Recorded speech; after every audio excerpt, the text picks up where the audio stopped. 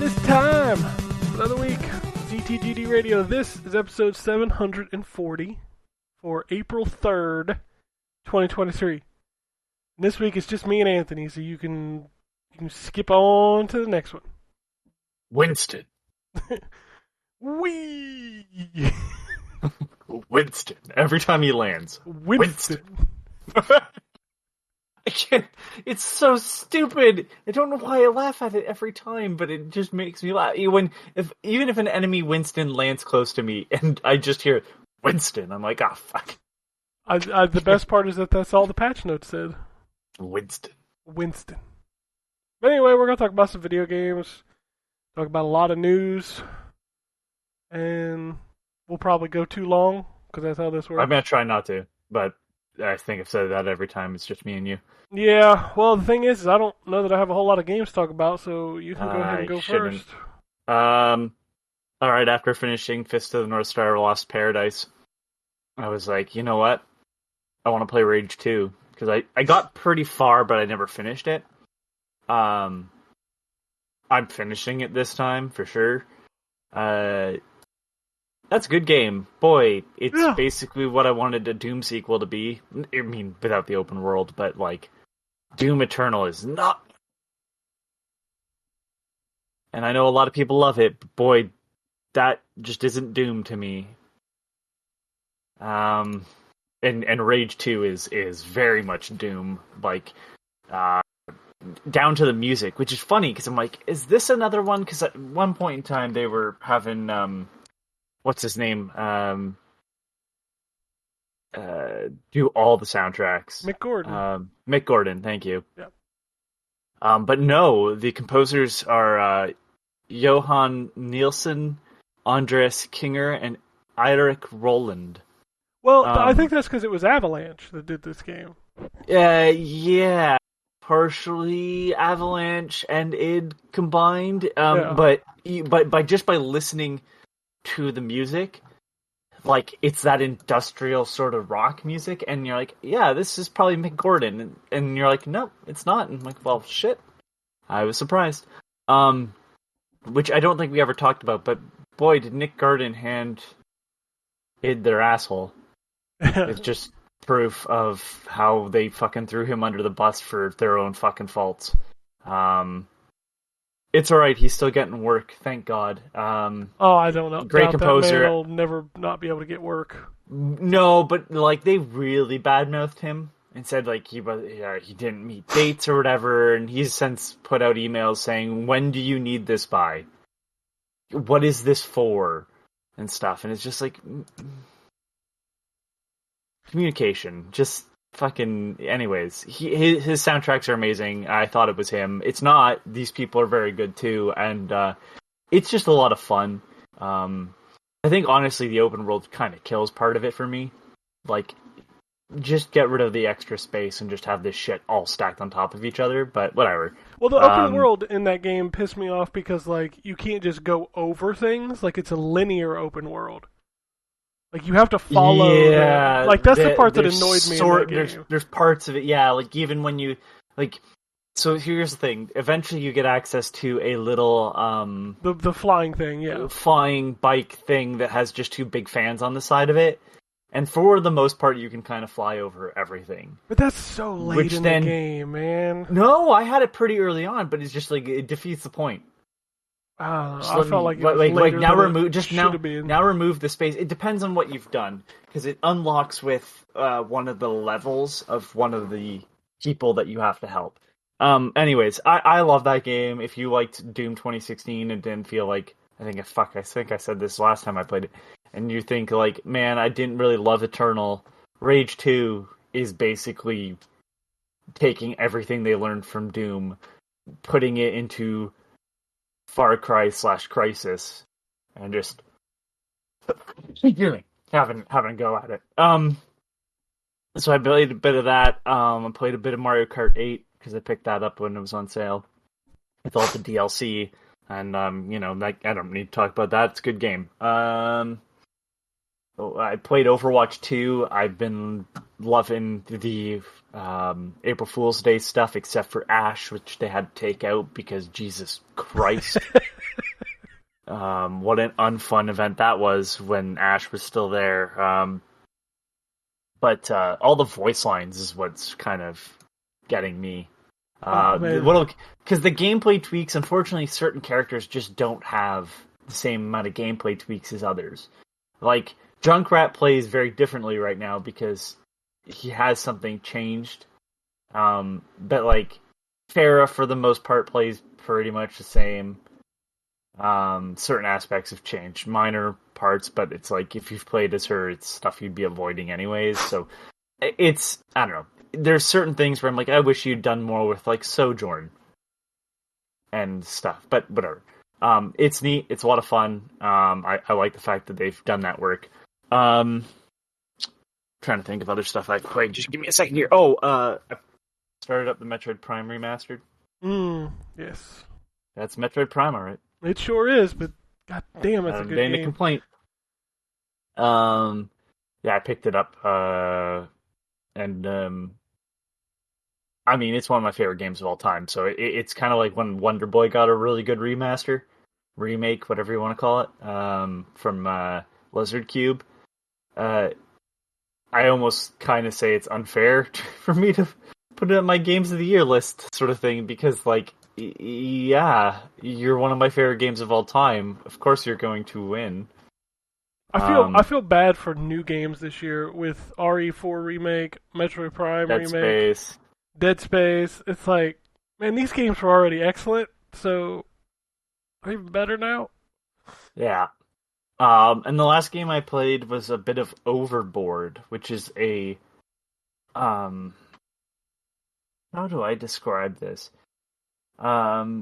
It is a reverse murder mystery. You're the one that probably committed murder. I can't confirm that. I'm pretty sure you have. You've killed your husband. And you are this former actress, I think, on a boat. You pushed him overboard. And it's kind of trying to figure out who knows what and get away with murder. And you choose what rooms you go to, but for the most part, it's dialogue that you're choosing. So it's like, there's a time frame. I think it's 48 hours till the mainland.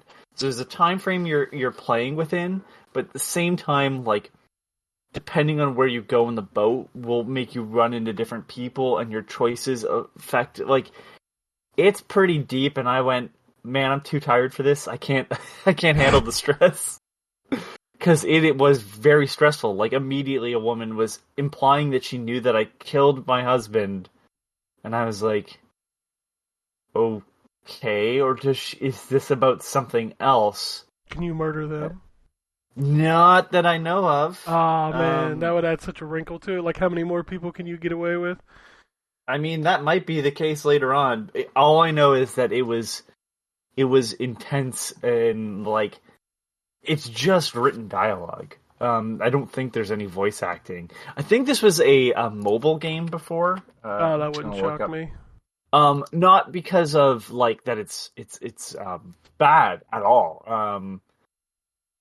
I'm just interested because just kind of the way it works, I'm like, I could see this working on... Yeah, so it's available on Steam, GOG, Switch, and on Apple and Google Play stores. It is this really unique art style.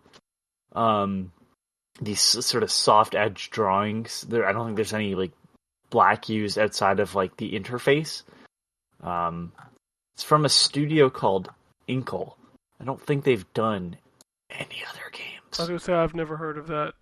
Oh, they have. Okay, give me a second. Let me see. I think they have done... So they've done Sorcery, that's with an exclamation mark. Ooh. A Highland Song, Overboard, and Heaven's Vault, which is, I think they're probably the other... Well, it's funny, all these things have, like, BAFTA award sort of nominees and stuff. Oh, that's funny. That's the type of game they use. 80 Days, I've never heard of that. Oh, I think I've heard of that game, but I don't remember what it was. My master, it seems, is a gambling man, is what's written. Anyways, yeah, very interesting game. Very well written, and I'm gonna play more of it when I am not tired, or playing Rage 2, because that's just mindless fun. But that's been it for me. I've just kind of enjoying Rage 2 and shooting things. You just need that game in your life sometimes. Oh, absolutely. I always like shooting things.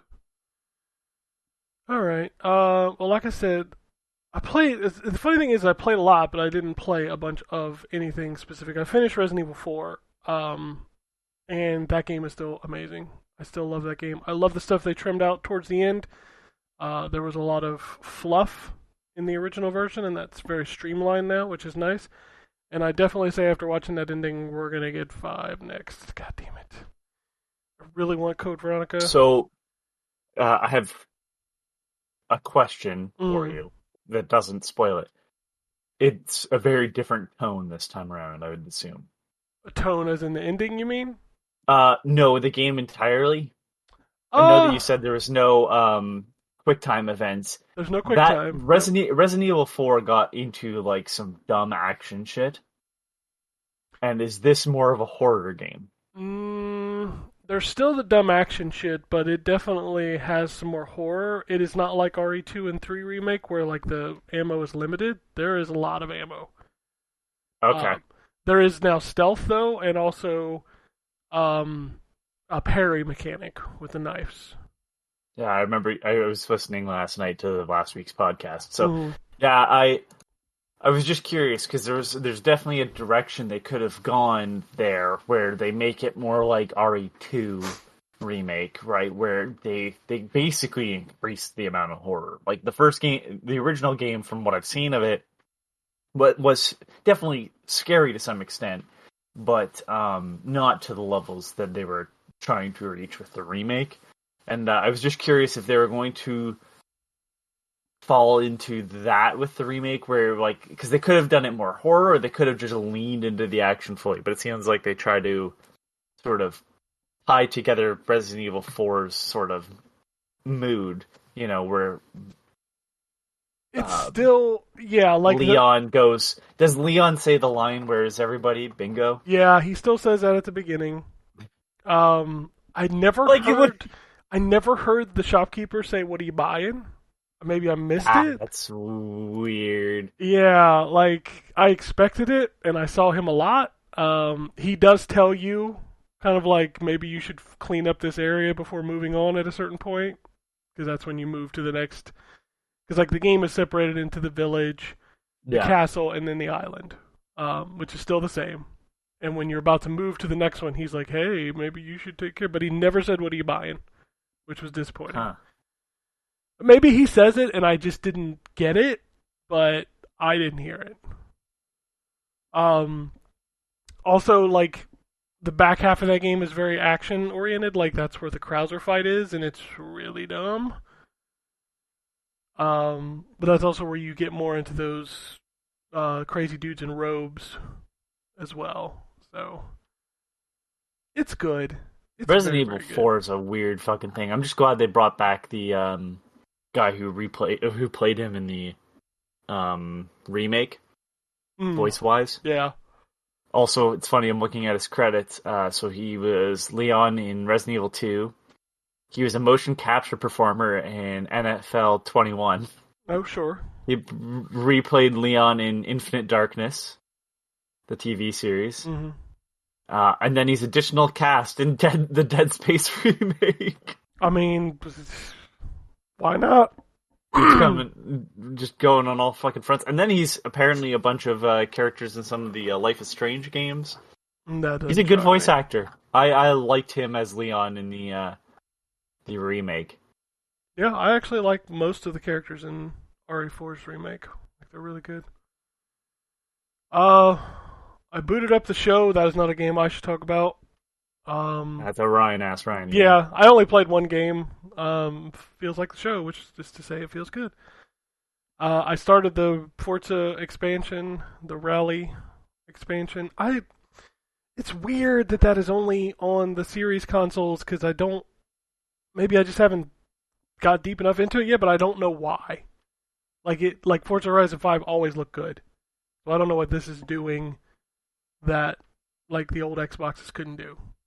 So I mean, it could be something that you don't see, right? It could be physics or something. Sure. Like maybe there's some like sand physics or water physics or something, but like just playing it, I'm just like, cause, yeah, this feels just like because you said, Forza.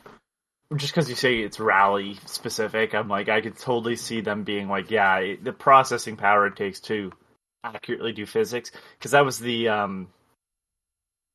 reasoning behind the Nemesis system missing, right? Was that it was it didn't have the resources to do that on the back end.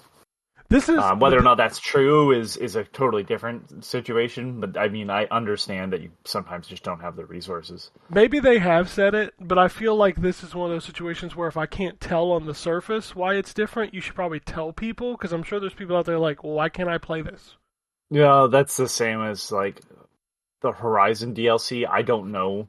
Yeah, I want to know. But that's out in like a week and a half, I think. So I want to know why PS4 people can't play that. To me, it's just like, well, I really wasn't enjoying 2 anyways, as much as I wish I was. So it's like, all right, no. I fell off of the sign. If there's a sign, if there's a sign that says you don't have to bother going on, it's locking DLC content to the next gen console. When I wasn't really enjoying what was there, anyways. Yeah. Unfortunately, I did like the story more, but I found the gameplay not as fun as the first game, which is impressive.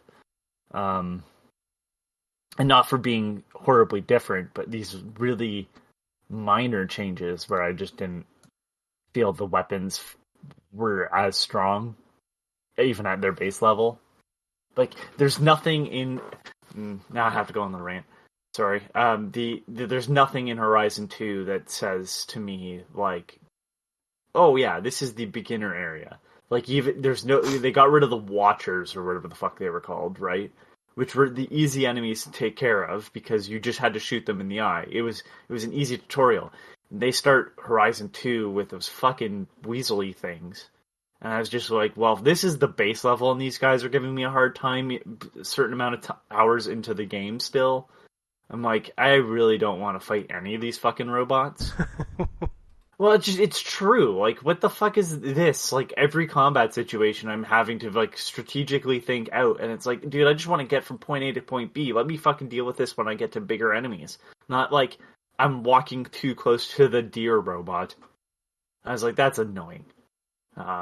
And when you get to the big bosses, you're just like, man, nothing's fucking doing any damage.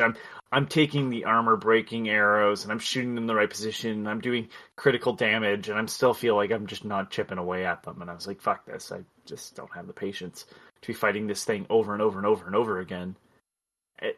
Too reliant on stealth, too reliant on me having to leave stealth. I don't know. I was not feeling it. Maybe one day I'll go back and it'll click. But yeah, for now it was like, yeah. So yeah, the DLC. Again, there might be something technically, like not visually, but technically that just is hard to do. But it's just one of those, another sign where I'm just like, all right, well, I just don't give enough of a fucked upgrade. They're moving on from you at this point. Yeah, well, maybe I'm moving on from them too, right? Maybe it's just it's the sign of the times. Yeah, that's possible. Alright. I think that's all the big games before I go rattling through these indie games. I did play a little bit of Sifu. I didn't play much of that when it launched initially, and it dropped on Xbox this week, and I played a little bit of it. That's fun. That's a fun game. I think I'll probably play some more of that. That's pretty fun. Played a game called Formula Retro Racing World Tour, which I thought there was already a Formula Retro Racing, but I think this is like a upgraded version of it. It's still fun. Very much looks like a old Sega arcade racer. Very, very colorful. Low poly count. Indy and Daytona style cars. I'm not a fan of the drifting. Like it's hard to get a hold of what it's doing, which is kind of funny because there was also another racing game this week called Rally Rock and Racing, where I felt like that game just randomly decided how the drift was going to happen because I could never get it to do what I wanted it to do when I wanted it to do it. And that's just a bad sign of a game. Yeah, not a fun racing thing. There was one thing that I started off Mario Kart. And I'm like, why does it feel like Mario's steering towards the track? And that's because they put that thing on by default. Oh yeah, the assist stuff. God, I hate. And that I was crap. like, why the fuck was I fighting this control? I'm like, oh, okay. Yeah, turn that shit off. No, we don't. No, I turned it off immediately. I was like, I don't need help. No, that stuff is bad. I played the cornhole game. Okay. I mean, yeah, you literally like aim a thing and then you get like a meter. Like if you hold back the right stick and you push it forward when it matches, and like literally within 2 minutes I was nailing it straight in the hole. So like the difficulty curve it's not real high. So yeah. God, I don't know that I remember playing Billy 101. It was another one of those, here's level 1, here's level 2, here's level 3, and you just get from point A to point B. That's pretty much what that game is. Blade Assault is a cool side-scrolling action game where you get like this fist, like punches people, and then you get a sword. It's got some really cool stuff to it, but it's like it feels like it's using the template of 15,000 other games, and it's impossible for me to remember any of these things. Super Geisha Neon is another level 1, 2, 3, 4, 5, 6. In this one, you switch between the girl and the cat, and you step on some buttons and move forward, and that's pretty much it. I tried Lunark, which I think a lot of people will really dig because it is very much like flashback out of this world, kind of rotoscoped animation priority stuff. I remember seeing it when it was on Kickstarter, and I was like, I don't want to know more about this game until it's done, thanks. Yeah, I booted it up, and I was like, oh, it's one of these games, but there's a lot of people that will really enjoy this, but I've just never been a fan of that style. I love those types of games, but some of them are not as good as others. I think it got a real big renaissance after Limbo, mm-hmm. and maybe even more so Inside. I'm glad that it's a throwback graphics, but yeah. Yeah, these are really chunky pixels. Like the main character looks like he's made up of like 20 pixels. So, Run Bean Galactic is literally a bean on a planet, and you run in a circle and jump over stuff. Super thrilling. I don't know what Tales of the Neon Sea is because it starts off and you're like this dude in a trench coat and a hat, and you're running away from death, and he just kept killing me, so I got frustrated and turned it off. It sounds like it's. It gave me point and click controls at the beginning, and I'm like, yeah, so it is. But you know what? I was like, I'm looking at it, and I'm just interested. Okay, apparently it's not. I might have this actually on Steam because it looks like it's part of a bundle with 2 other games. I think I wanted Lamplight City, and it was cheaper to buy Lamplight City in the bundle. Oh, and I wanted Detective D too. Detective D. Really neat because it's a point and click game, but I think it takes place in like China. Yeah, China's most famous gifted investigators. He tracks a serial killer in the heart of Tang Dynasty's capital city. I'm like, well, shit, that sounds like it's all my type of jam. And then this was the one that came with it. It looks like fuck. I can never remember the name of the game. I thought it was maybe the same developer, but it's not. Uncanny Valley. No one should. So Uncanny Valley is like a game where that was by Cowardly Creations. I think they've changed their name to Tiny Mold. It was a point and click sort of esque game where you actually move your character rather than point and click. But you're a security guard in this like remote Alaskan complex, I guess. It has some really neat elements, but it kind of failed. the horror elements were neat, but that was about it, and it took too long to get to them, and like, yeah, it was there's some issues with it, but it wasn't terrible. Visually, that's what it reminded me of. And you're saying you were running away from death, and that's how literally fucking Uncanny Valley starts in a nightmare. That's funny, because like it literally just has me running away from him, and I couldn't get away, and I was like, you know what, this ain't my jam if there's point and click anyway, so. Uncanny Valley, you're walking down a street, and then you see like a guy, it's like a shadowy figure walk behind you, and he slowly starts to pick up pace, and if you start sprinting, he starts sprinting after you. That's kind of terrifying. Yeah, there's some really well done stuff in Uncanny Valley, but it sounds like it's kind of the same. Yeah, that's you almost describe exactly what this was, because as soon as it told me how to run, he started moving faster. I'm like, oh, okay. Then I played this thing called That's My Family Fun Night, which is essentially like a 4-player game where you walk around and you can play stuff like Connect 4 and backgammon. It feels kind of generic. I usually like those kind of things, but this just, yeah. And then the last indie game I want to talk about, which is the most interesting one I played, is called The Last Worker. And this is a first-person game where you're like in this, I don't know how to describe it, like you're in this almost like hovering chair. Like you don't get out of it, you just sit in it. And it can go up and down, it's in first person. And basically you're working through an Amazon warehouse, for lack of a better word.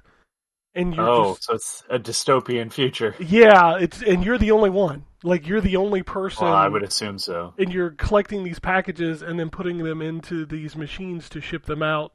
And you've got this little guide that's with you. And it's hilarious because the main character just keeps, like, every time the helper guy goes away, he's like, peace and quiet. Because he's just so annoying. It looks like it's both VR and non-VR. I figured you were playing a non-VR version. Oh, absolutely not. VR version is what I should have said. Yeah.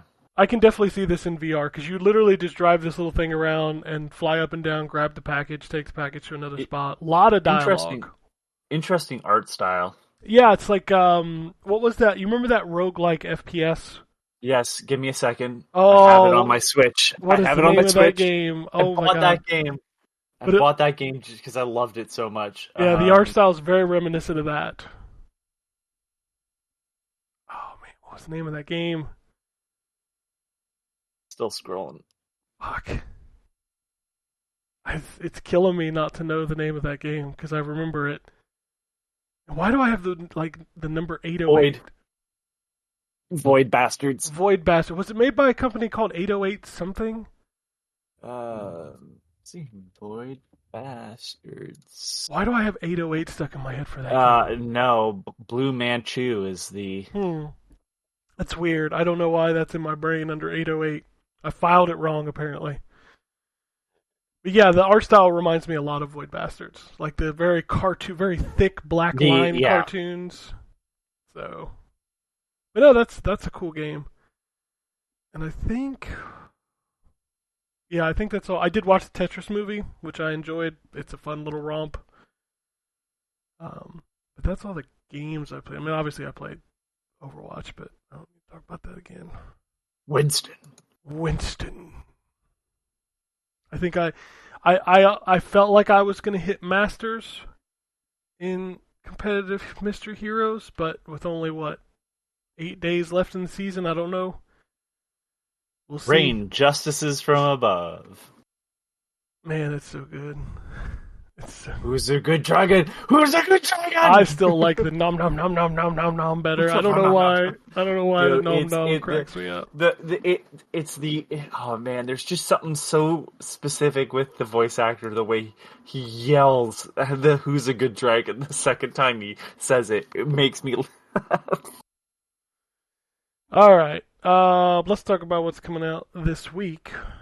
Feels like a light week, I think. Thank God. We've got Meet Your Maker. This is Series X and PS5 stuff. We got Meet Your Maker, which is that new game from the Dead by Daylight people. Road 90. I'm gonna look. Is it that type of game? No, it's a no, it's surprisingly not. Yeah, first-person game. shooter video game. Yeah. Published by Behavior. I didn't even know they were fucking around still. Mm-hmm. Yep. Oh, this is the one where you're building the tower shit. Mm-hmm. This is also on PlayStation Plus. One. PlayStation Plus games for the Essential Collection. It'll be on Xbox One and PS4 as well. Yep. Road 96 Mile Zero, which is a follow-up to that. I actually enjoyed the first one. I never finished it, but I enjoyed it. Haven't touched it. Curse of the Sea Rats, Dashing Orange, Marfusha, Melon Journey, sure. Bittersweet Memories, and Library of Babel. Okay. God damn. Curse of the Sea Rats. Embark on an epic hand-animated, and it does look pretty good. The animation is spectacular, actually. Holy shit. Ratoidvania.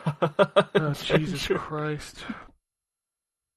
We don't need another Metroidvania, do we? It's funny, because it reminds me of Monster Boy. Like, the animation. I have no idea what it is. I'll end up fucking playing it at some point. I'm a whore for Metroidvania games, even though I find them annoying by this point of how many there are. Yeah. PS5. This one doesn't look too bad. PS5, we got a couple extra things. Atari Mania, which was a game I reviewed on the Switch. Creed Rise to Glory Championship Edition. A remake of Grim Grimoire called Once More. I forgot that was coming out. I don't even remember which one that is. That's the RTS, I believe.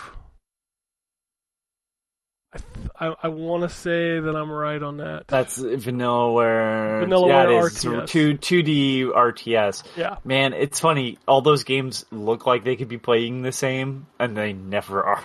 No, they're entirely different games. You look at Vanillaware games, and you're like, yeah, man, I can see how all these games fit together. And then you're like, these games don't play anything alike. No. Across the Valley, and Pretty Girls Tile Match. I'm sure you can suss out what that is. I'm good. Yeah, I'm good. All right, Xbox One, PS4. I'm not gonna say what I've already said. It's pretty much kind of the same games. The only different one is Turnip Boy Commits Tax Evasions on PS4 listed. Is that a physical? Did it never come to that? I don't know. Yeah, that's listed here, which I'm assuming that's a physical version, unless it really just never came to that. I know it's on Xbox, Switch, and PC for sure. But I don't know if it ever came to PlayStation. And then the only other game is Xbox is getting a game called Horror Tale Kidnapper. So, all right, I have to know. I don't know what that is. Kidnapper. I just want to see how shitty this looks. Oh, I'm sure it's terrible. It's a scary first-person horror adventure game for all ages. Sure. You can just play it on crazygames.com. So okay. $5 on Steam. And this is the description on Steam. A scary and exciting adventure with Tom and his friends. Cool. I hope Tom has a fun adventure. Immerse yourself in a thrilling and exciting adventure together with the main characters. Wow. What? Yeah. Yeah, that's kind of the fucking goal of every horror game now, ain't it? You think? I don't know. Children have been missing for a long time in Lakewich, and you are destined to solve this creepy mystery. Who is the kidnapper, and why is he doing it? Where are the children disappearing to, and how to save them? You can solve all the puzzles and find out the answers if you don't get scared. In the first episode of this horror... That's what it says. You will meet your friend Harry, who has come up with a plan to save you from the kidnapper of children while you're waiting for the return of your parents. Together with him, you will try to fortify the treehouse so that... Oh god, fortification of anything. So that the scary kidnapper will not get to you. On the way to your goal, puzzles, moments of fear, unexpected twists and turns, and lots of fun await you. Wow, this sounds horribly generic. The story will develop rapidly and very unpredictably. This horror game is an exciting, fun, and scary adventure to America of the 90s. That's not a sentence. What? I mean... Mysterious and features of the adventure puzzle game Horror Tale. Mysterious and fascinating story, scary antagonist and interesting characters, puzzles, riddles, and items to search. 5 locations. Nice stylized graphics. Original author's soundtrack. I don't even know if you're just making up words at this point. I don't know. I mean, I feel like I'm just. I'm gonna move on to the Switch. Yeah, you do that. A lot of the stuff. Hold on. Would it surprise you to know that all their games are basically this? No, that wouldn't shock me. There's Horror Tale 1 Kidnapper, Horror Tale 2 Samantha, Death Park Horror Collection, Mimicry, Death Park 2, Antarctica 88. I've played some of those. I think I played Death Park. 911 Cannibal coming soon. This sounds like that dude that makes the Resident Evil style games, the Outbreak games. Yeah, but those look far more interesting than these things. These things look like I bought assets and put them into. I mean, have you ever played the Outbreak games? Are they that bad? I mean, some of them are pretty bad. I'm not gonna lie. Good on that guy for making like 40 of them, but I don't know, man. That's like the Drew sent me the link of the guy that makes all the Silver Falls games that were like 3DS and Wii U exclusive. Oh yeah. And it's just like, dude, A, slow down, B, put them somewhere where people are actually going to be able to play them. Thanks. I've been watching a lot of like retro YouTube lately, and I am, especially with like the Wii shop closing and all that, and knowing that there's like that selection of Konami games pisses me off. You're talking the Contra and Castlevania like legacy versions. Reborn. Yeah. Like those need to be dumped somewhere because I don't know that I ever played those. Yeah, I don't think I ever played those places. I'm gonna have to check that out because I'm sure you can find them. A lot of that stuff has been preserved. Preserved. All right, Switch. We got Kitty Rainbow because that's what we need. Light in the Dark. Finger Football Goal in One. Okay. Alicon. Batora Lost Haven. Celebrity Slot Machines. Goroons. IIN. I don't. Sure. IIN? It's called IIN, and it's all capitals. Like just letters. Yeah, just 3 letters. IIN. What's it called? I am looking. It's a puzzle platformer. Sure, okay. Of course it is. It looks like a very weird. You control shapes. Okay. It reminds me. What was that? Thomas Was Alone, sort of thing. Oh, okay. I got sort of that, but it's like higher def graphics, and apparently you like control cubes. Like you have to take controls of cubes and then get them to the end and stuff. It actually looks like it's pretty neat. Like it's all sort of like the puzzles play with physics and stuff. I still feel like there are too many video games. That's just my opinion. Oh, there absolutely is, but it's not this guy's fault. Lucky Slots. Speaking of too many fucking video games, nobody wants to play goddamn slots. Paparazzi. That's Paparazzi's the one where you take pictures of dogs, right? I'm sure. That sounds correct. Tasty Slot Machine? I definitely don't want to play that one. The Seventh Guest is coming to the Switch for some weird-ass reason. Sure, fuck it. The answer is 42. Volley Pals. Get it? They get it? Get it? They also read the book. Get it? Oh, fucking Christ. Witch Explorer. Another Tomorrow. Bumbalon. Cat Gotchi Virtual Pet. Sure. Drill Dill Oil Tycoon. Forever Lost Episode 1. Man, the Switch is something else. Fusion Shift. Incoherence. Numbers and Squares. Station 117. Super Cute Aliens Adventure. And Tuya. Those are your Switch games.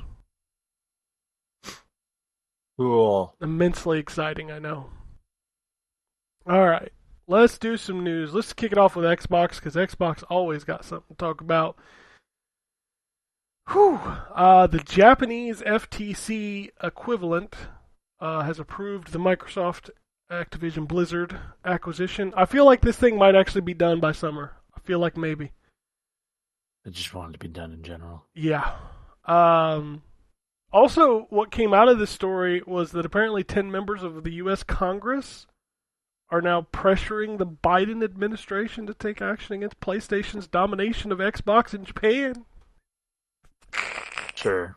That's so dumb. Your whole fucking country's just a fucking shit show circus. Microsoft has...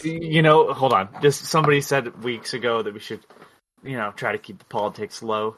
Like, this is why you can't. It's a big fucking circus, and it comes to town, and it fucking ruins everything, and then animals shit everywhere, and then they fuck off and leave. They're coming back, though. Oh, I know. They'll be back in about a week. Just to fuck around with... Like, how many times has... The U.S. government, every time they talk about video games or technology, just depresses me. Yeah. You see how old these fuckers are? Yeah, we definitely need some people out there who know what this shit is. Cause hey, I know people don't want to hear about politics, but guess what? The banning of TikTok, it's more than just TikTok. It will affect video games. Have fun with that. Microsoft has apparently ended the $1 Game Pass promo, finally. I'm not surprised. I'm surprised it took this long. Yeah, basically, yeah, that's what I mean. Yeah, that's crazy. They also announced a system bundle for Diablo 4. It's just a black console, like there's nothing on it, but it comes with the game, a light bearer mount, and a comparison of Faith mount armor items. Launches June 6th for $559 US, which is exactly the price of the system with the game. So, whoo boy. They announced games with gold for April 2023. I fucking just the shambling corpse to come and beat on. Fucking Jesus. Holy cow. Out of Space Couch Edition. Bring out your dad! And Peaky Blinders Mastermind. I'm pretty sure Peaky Blinders Mastermind is like the same game as that Narcos game. Christ. If I'm correct. I don't know, and I don't care. Yeah, pretty much. Nintendo showed off 13 minutes of gameplay for Tears of the Kingdom. I didn't watch shit. I watched it, and I'm like, yep. It looks I was like gonna buy Breath it anyways. of the Wild. I mean, yeah, I'm gonna buy it too, for sure. So like, I don't need to see it. I'll let that be a surprise. I already spoiled myself with some of the leaks from the art book there, so... Yeah, I mean, I'm sure this game's gonna be good, but I can't shake this, like, I can't shake the Majora's Mask feeling of, like, it's not gonna be as impressive to me, but, I don't know. I think, like Majora's Mask, if they up the writing, which is not very hard from the first game. I mean, yeah, like, that's a right? paper thin storyline. So if they up the writing, I think it'll be great, and I think if they add dungeons, I'm far more excited. If dungeons are in this, I'm in. Like, I'll be all in. Here's the two things that I don't know about. And maybe they confirmed one. So they haven't confirmed dungeons. No. Boy, I think everybody wants more fucking dungeons, and not dungeons where you literally just fight one of like the floating head things, and the rest of it's a puzzle. That's not fucking fun. But I also hope they don't get rid of the shrines. I hope there's like 100 new shrines, too. They didn't confirm either one of those things in this video. This video was all about making a makeshift boat kind of shit. Which is neat. I mean, fuck, goddamn, that game had issues with fucking traversal because it was so fucking long to get anywhere.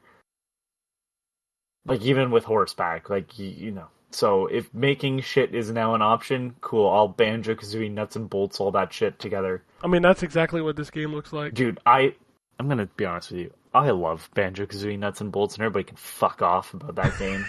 Oh, it's not what I wanted. Okay, but it's... Like, this is like nothing else. and it's really fucking good at it. And everybody hates it because it's not what they wanted. But I'm like, it's weird. Trust me, you didn't want another Banjo-Kazooie at that time. Trust me, you didn't, because there was 3D platformers that no one gave a fuck about. Man, you didn't collect all the stuff in Banjo 1 and 2E, so don't tell me you wanted a 3 yet. And even if you did, like, at that time, nobody wanted to do 3D platformers. God damn, no. There was like 6 Mario was billion of basically it. And, like, 360 era? 360 era had, like, no 3D platformers. Like, nobody was doing them then. They also announced Tears of the Kingdom Switch OLED, which launches April 28th, and a Pro Controller plus Switch case for May 12th. So, another themed system for you to spend big dollars on. This was it. This was the official week when the eShop on 3DS and Wii U shut down. Yep. Apparently, I was seeing reports on Twitter that codes can still be redeemed, even though Nintendo said they couldn't. So. Fuck a TUI. That's all I have to say. TUI, who made their name on the eShop, they put out a physical copy of their games via limited run for 3DS, but there was an issue with Chicken Wiggle, which is one of their games. You can't finish it. There's a glitch in it for some reason. And back in November, they said that they had a patch complete and it was going through... they were submitting the 3DS patch to Nintendo very soon, and that never came, and the shop is now shut. Mm-hmm. So basically, you own a brick. Fucking... It's kind of like my coaster of my copy of Mag for the PlayStation 3. Yeah, and I just want to note that this is the same studio that took a... they're saying it's been submitted to Nintendo Wii rate approval. But, I mean, guys, I think it's not happening. If this shop is cut down, that was 13 hours ago. They took a bunch of money from a Kickstarter to port Chicken Wiggle to the Switch, which made what it needed to. That was 6 or 7 years ago. Holy or whatever shit. The Switch came out. Yeah, dude, and they have not provided anything. They changed the name, and there's no updates on it. And he's since made other games, so fuck that whole company. But that was the end of it for me. It was like, oh, now I own a brick. That can't be finished, so fuck that studio. Mario Kart Tour is teasing a Yoshi's Island course and Poochie as a playable character. Poochie's the best. PlayStation news. Naughty Dog confirmed that more of their games are coming to PC in the future. Shocking. Okay. I hope with the same quality. Well, that's Iron Galaxy, man. Oof. I want to know the story of what happened there, because PlayStation PC ports have been okay. And this one just feels like, well, we needed to get it out around the time the show ended. So maybe it got rushed? I don't know, man. PlayStation 5 gets a price cut in India of about 5,000. What's India's currency? Rubles? Is that what it is? I honestly don't know. It says ours, so I thought maybe it was rubles, but I don't know. Sorry, which country? Sorry? India. It's rupees. Rupees. Okay, so it's cut down from 44,990 to 39,990 for the digital, and the disc goes from 54,999 to 49,990. Gran Turismo 7 updated to 1.31, added 5 new cars, 2 new layouts for Nürburgring, and new Scapes location, as well as 120 frames per second mode for PS5. Bloomberg is reporting that the PlayStation VR 2 is a giant fucking flop. Apparently sold less than 300,000 units from February till the end of March, which would be significantly less than Sony's goal of 2 million PSVR headsets. Man, what a fucking goal that was. Oh, when people said they were going to play it to sell 2 million, I was like, the motherfucker's high? There's no way they're going to sell 2 million headsets at $550. as someone that's started to get high more often, that is not a thought I'd have when I was high. That's not off of weed, anyways. That's, okay, then they're just stupid. That's yeah. I was gonna say that's just a stupid idea. $2 million in its launch window, and this bitch didn't even break 300K. Like, that's lower than I thought. I thought this thing would sell between 500 and 750,000. And it's expensive. It's expensive in a time where everything's expensive. That's a bad time to come out with something expensive. Not only that, but VR is so niche. And niche, that too. But yeah, like the only VR that actually made a dent was Quest, and that was because it was what, $299. Also, I think a PC? PSVR did well because it was expensive for a console that was no longer that expensive. But also, they dropped the price heavily, which is when it did most of its sales. That is true. Yeah, and it came with games and stuff, so yeah. I think I bought a bundle of the first PSVR for like $299, and it came with like 2 games. And I was like, this was worth it. You know, like I got like Astrobot was amazing. You know, like I had a cool experience. I still listen to the soundtrack. Yeah, like that game was amazing, and like the cave theme is so perfect. That level with the whale, the level with the whale in VR is one of the best things I've ever seen in my life. Speaking of like fucking 3D platformers, what a masterpiece that game is! Oh, both of them. That new one is. I have not played that new one because I don't have a PS5. Yeah, that new one is incredible. And not only that, but you launch PSVR 2 without backwards compatibility? Like, what, that's a bad... Anyway. Speaking of free games that aren't dead, PlayStation Plus lineup for April is Meet Your Maker, which we talked about earlier, Sackboy: A Big Adventure, and Tales of Iron. 3 very solid games. Let's see. Resident Evil 4 Remake sold 3 million copies in its first 2 days. Jesus Christ. Fuck yeah. Diablo 4 was the franchise's biggest beta to date. Hours played, almost 62 million. That is crazy. Only 2.6 million people managed to earn the Wolf Pack for reaching level 20.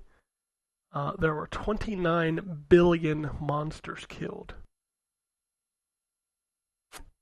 So, Take-Two has acquired mobile game subscription service Game Club. I don't know what that is, but that's So Game Club was I'm just trying to find. I thought I had that in a tab, but apparently I do not. Game Club was like, if I'm correct, I had like they were giving away free games at one point. So they were. I don't know how the business worked, but they basically would get a bunch of games, and it would be like daily.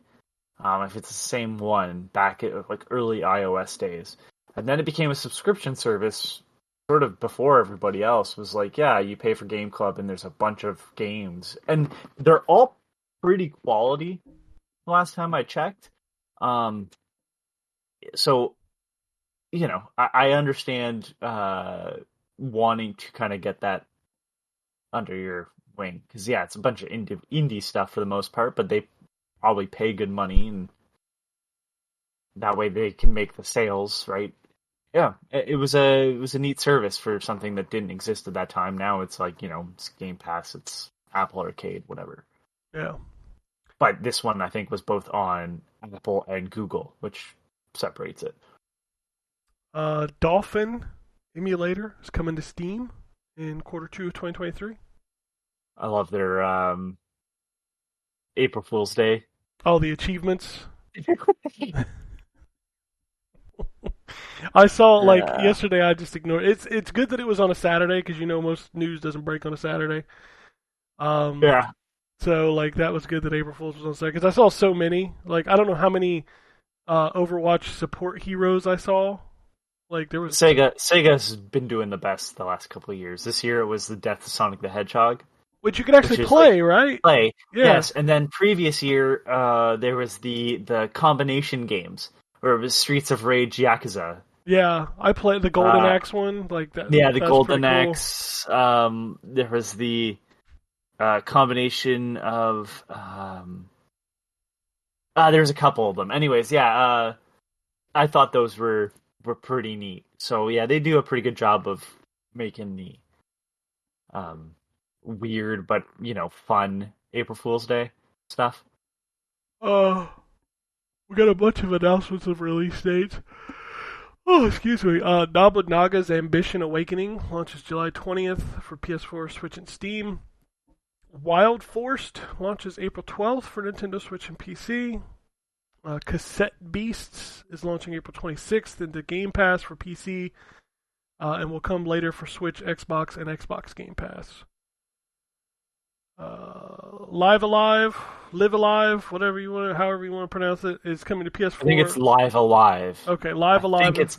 It says, hold on. It says, I think because it's in Japanese, it's the same word twice. God damn it. Well, that game is coming to PS4, PS5, and Steam on April 27th, which puts it on every platform except, can you guess? Square Enix game? What platform is it not coming to? Xbox. Yeah. I was just letting you. Dramatic pause. Rusted Moss is coming April 12th for PC. Go ahead. It sounds like it's Live Alive. Live Alive. I played that game. That's how they pronounce it in the Nintendo Direct. I thought it was kind of meh. I have heard you really need to kind of gun it through. Everybody says you have to play the prehistoric one first, just so it's done. Yeah, everything else lame. Gets better. I'll probably end up playing at some point, but yeah. Ed Zero Zombie Uprising, July 13th for Xbox Series, PlayStation 5, and PC. Forspoken is getting DLC called Intanta We Trust. It launches May 26th. How many people do you think are going to play that? I don't know. I don't give a shit. Vampire Survivors is getting a second DLC called Tides of the Foscari, launching April 13th. And Infinity Strash, Dragon Quest The Adventures of Dai, launches worldwide this fall for PS4, PS5, Switch, and PC. Yeah, I'm interested in that. And then Atlas Fallen, which is the new game from, I think, Deck 13? Is that the name? Is delayed until August 10th. Deck 13? Is it Deck 13? It's somebody who made one of those Focus games is making this game, and I don't remember who it is. So it's not Hangar 13. No, it's definitely not Hangar. Deck 13. They're working on Mafia, aren't they? Is there a new Mafia game? I thought I saw rumors of Mafia 4. I'm okay with that. E3 is dead. E3 is dead. Yep, they canceled it. It started by Ubisoft skipping, and then Sega and Tencent skipping, and then Devolver skipped it.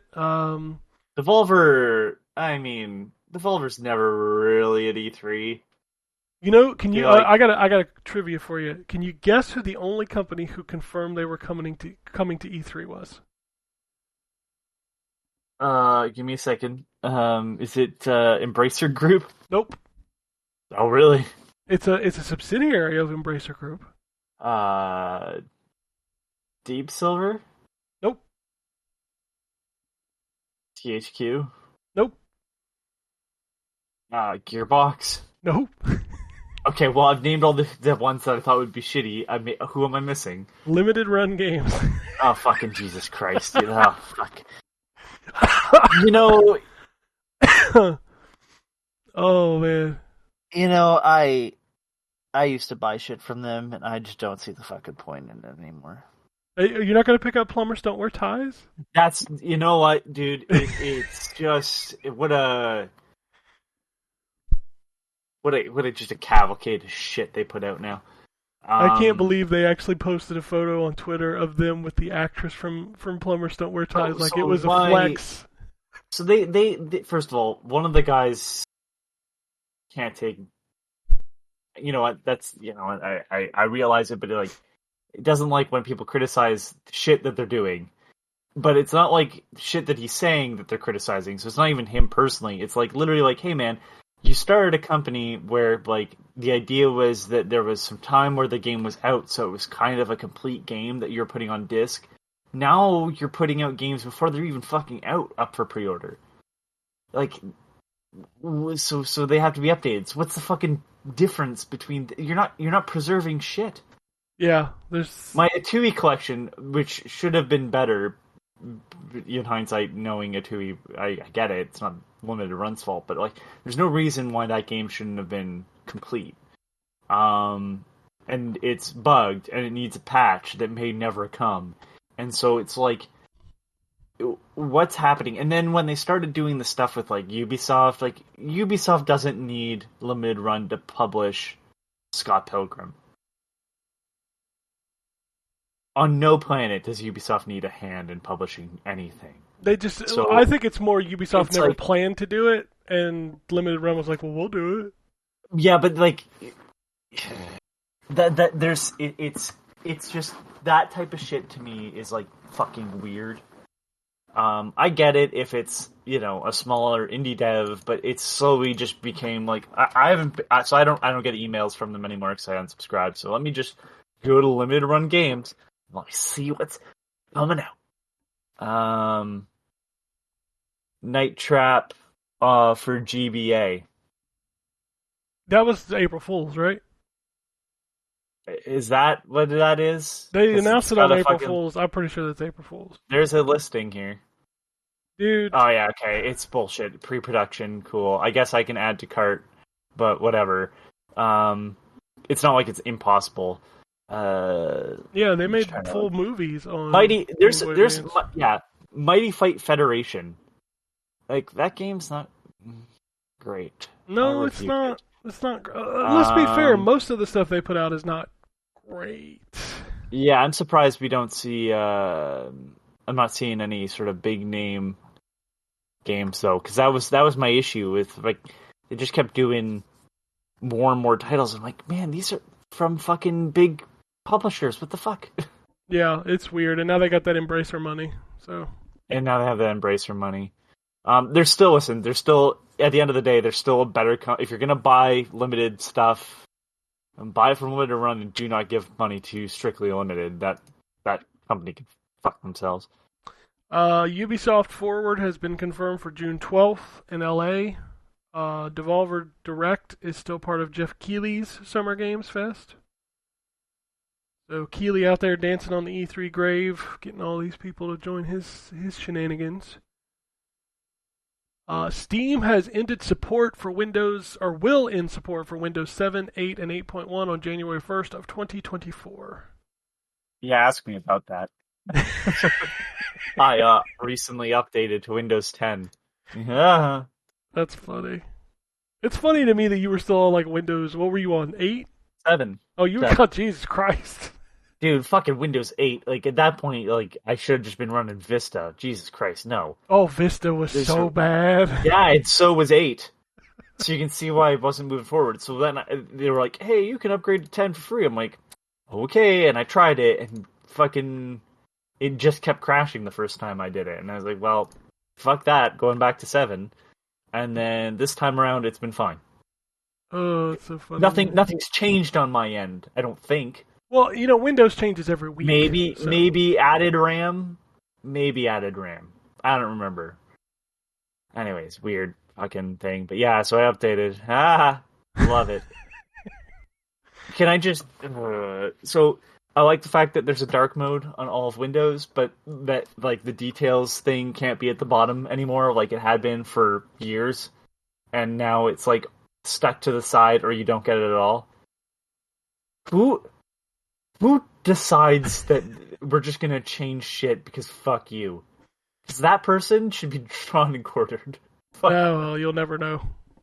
Oh, I hate that. I hate that shit with anything. Facebook was famous for it. I know this is working, but we've redesigned it. Why? It was working just fine. It doesn't look pretty? It doesn't look pretty? I don't give a fuck. It works.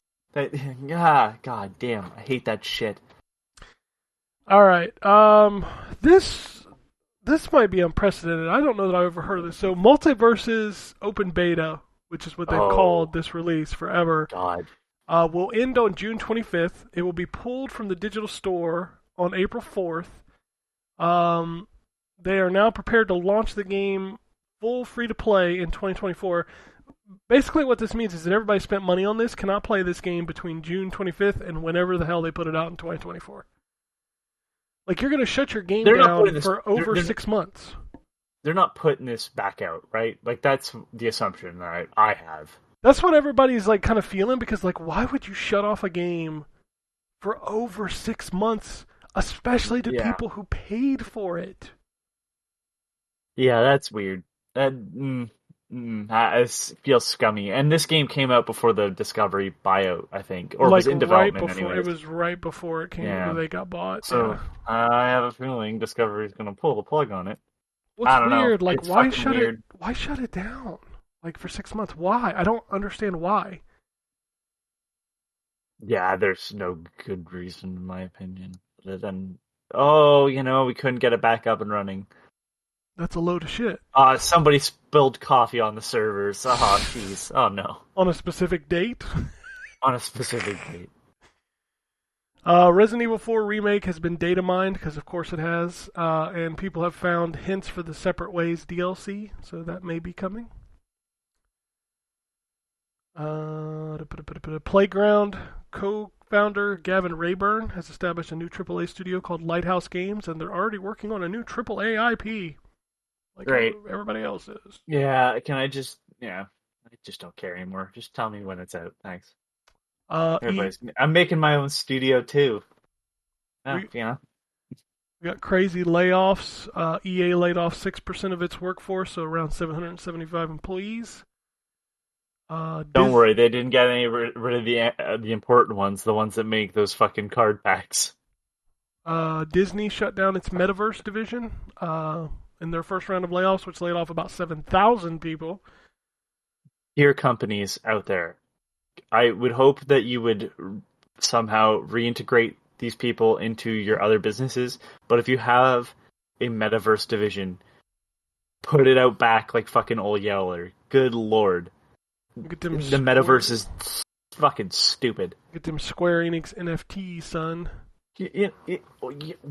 Speaking of things made more inconvenient, have you seen the Metaverse where they're like, hey, here's how it's like to shop in a virtual Walmart? Why the fuck would I do that? I don't want to shop in a real Walmart. Right. And why would I make it more complex than all the pictures on a page and me just with my big fucking idiot thumb go, no, I don't want that one. Like, I'm going to put on a headset and then walk my cart around Walmart and throw digital shit into a cart so that it can be processed like it's at the end of the day, it would still be processed like just me hitting buttons on a sheet going, I want that one. And then they go, oh, okay, he wants that one. And somebody has to pull it out. Like it's like the actual what a stupid fucking idea it is. Just I want to escape reality and into a equally shitty reality. Hell yeah, let's go. Grasshopper Manufacturer has a countdown that ends on June 9th or 10th, depending on where you are. What could they be working on? Well, I was thinking more, is this the remake of Lollipop Chainsaw? Are they involved in that? I don't remember. I have no clue. I thought that was somebody outside of them working on that. I think it was them. I don't think there's been a date announced. There hasn't been anything announced other than we're doing this. So, yeah. Hey, you remember Saints Row?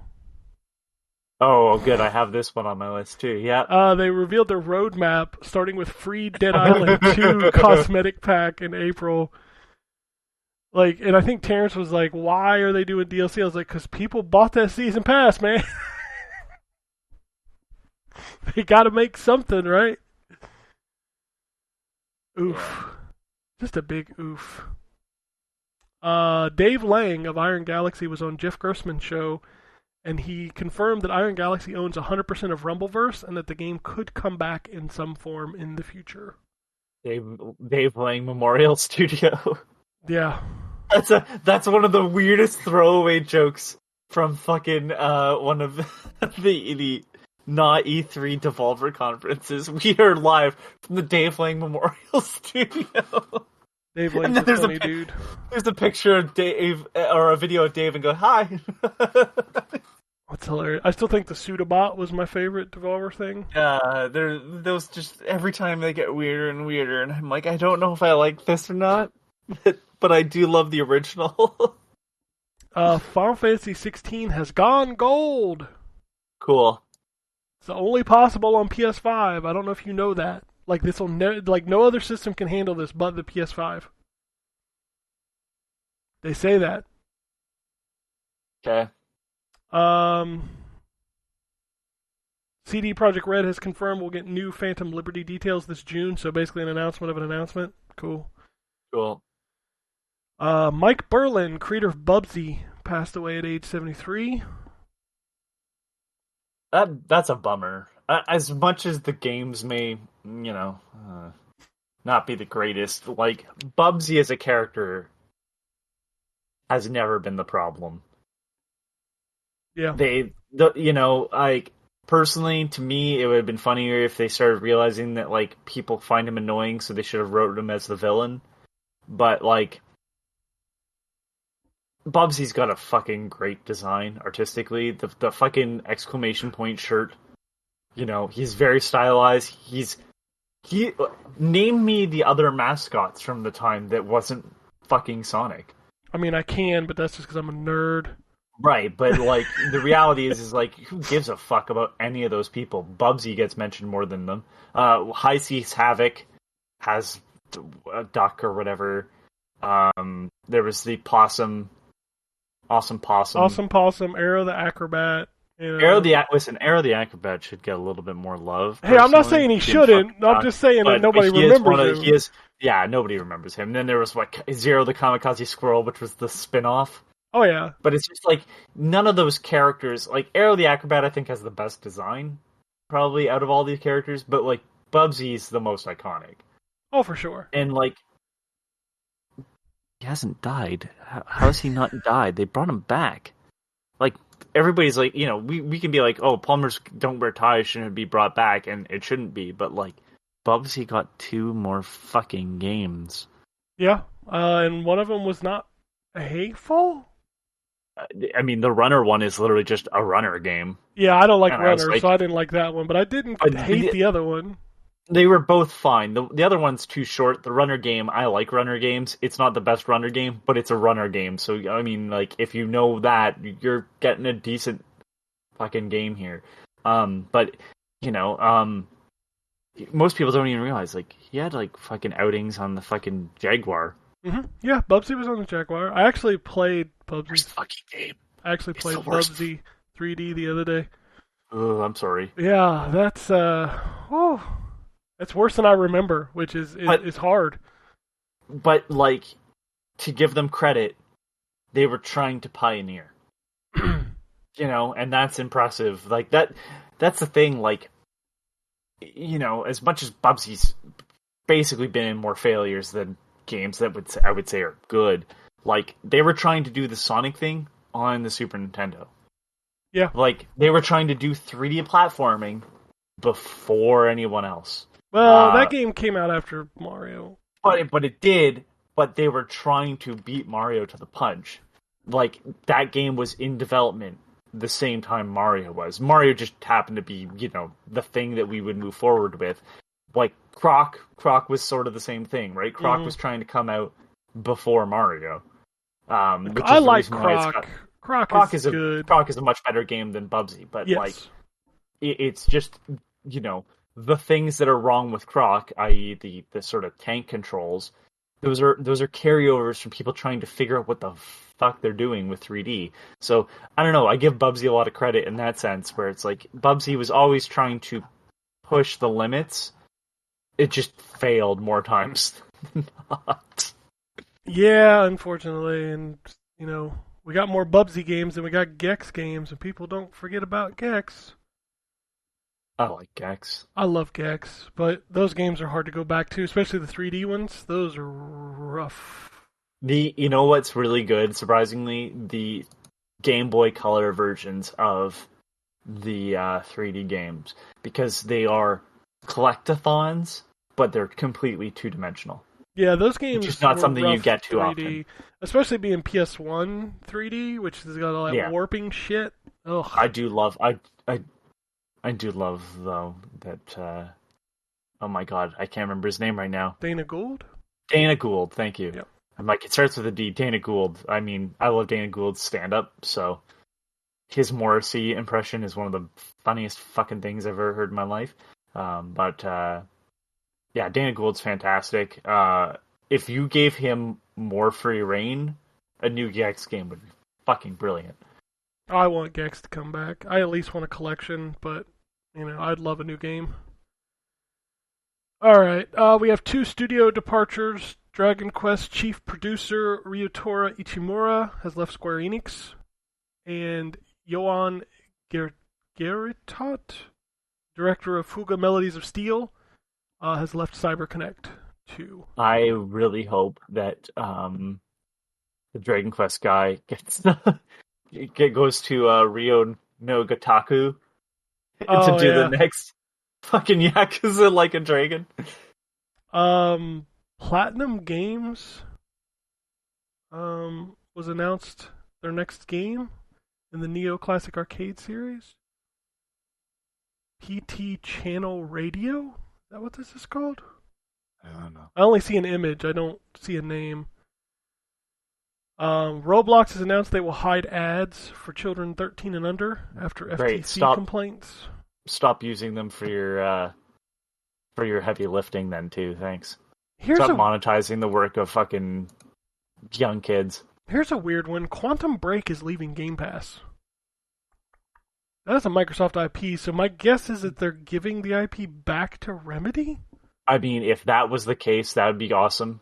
I liked what Quantum Break had started, and if you can fit that into the Alan Wake universe, the Alan Wake Control universe, that'd be neat. Vin Diesel's Arc 2 has been delayed to 2024. Have you gotten the other part of that story? No, that's I don't know. Okay, so you can So Arc 2 is delayed, and they're shutting down the servers for the original Arc.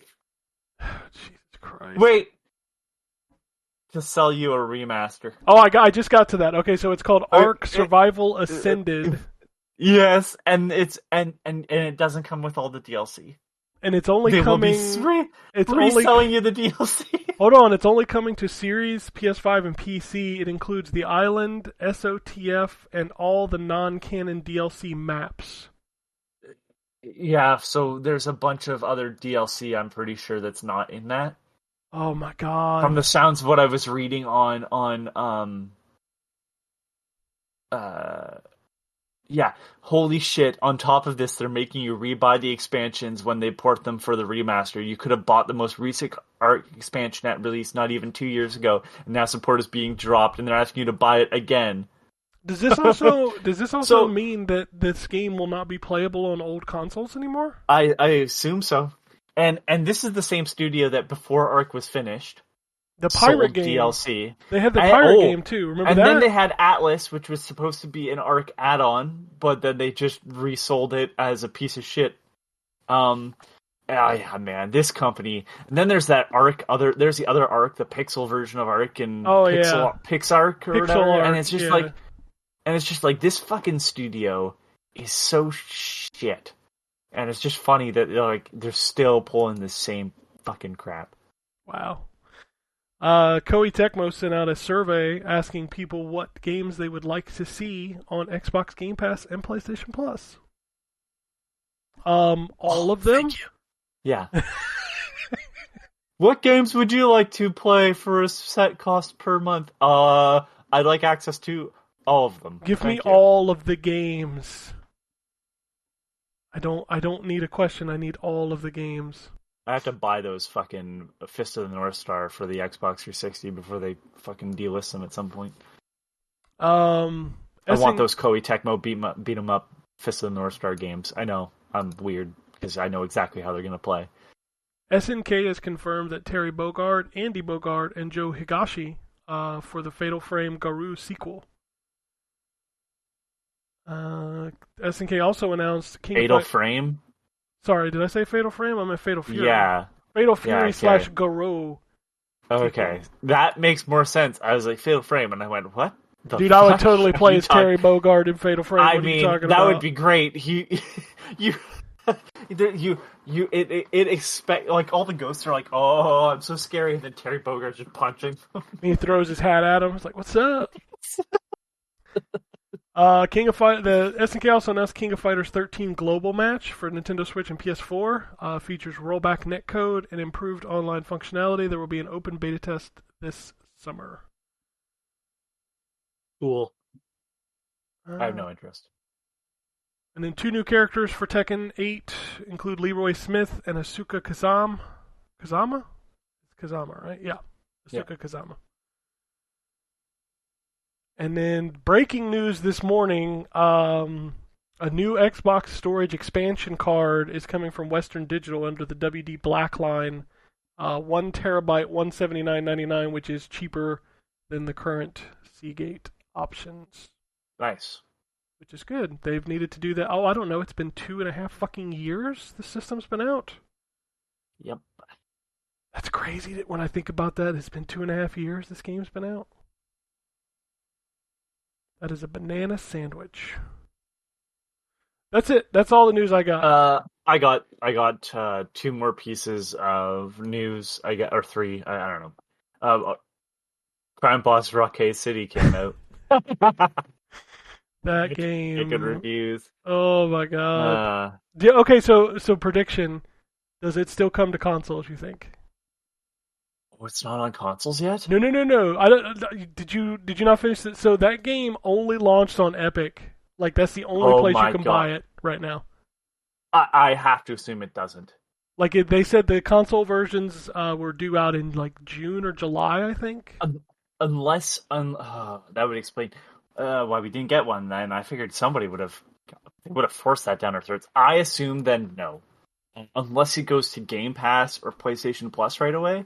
Like, if they can make that deal work, I guess maybe the porting is worth it. But I have to assume no.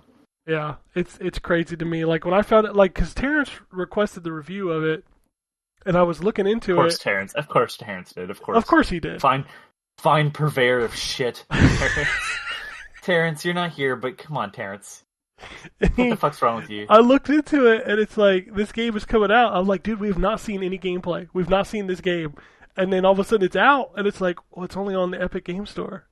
Like, it literally is not available anywhere else. Oh my god. All right. Other news.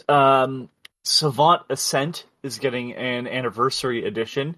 The only reason why I bring it up, it's a action sort of arcade game. But it uses the music of the, I guess he can be considered dubstep, but electronic artist is probably more accurate, Savant. And it's made by the D-Pad Studio, Owlboy people. And if you like electronic EDM sort of music and you like video games, Savant has always been really influenced by video game music. To the point where, like, Manslaughter off of probably his most popular album, Alchemist, it samples the Mario flag going down or entering the castle. Dun, dun, dun, dun, dun.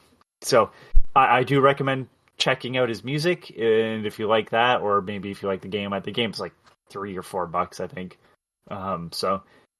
Definitely check into that. And then the last piece of news is very sad for me, because I've gotten into his music within the last year. Ryuichi Sakamoto passed away. That name may mean nothing. He is one of the members of Yellow Magic Orchestra. He was one of the 3 members. There's only one left, because the other one, the drummer, died within the last 6 months. Brilliant electronic musician, like just very, very unique, and wrote music that Michael Jackson wanted to use on Thriller. never came true. But that song was released posthumously for Michael Jackson. Behind the Mask was a Yellow Magic Orchestra track, and Michael Jackson wrote lyrics, and they couldn't come to a publishing agreement, so it never made it onto Thriller. That's how good of a musician he is.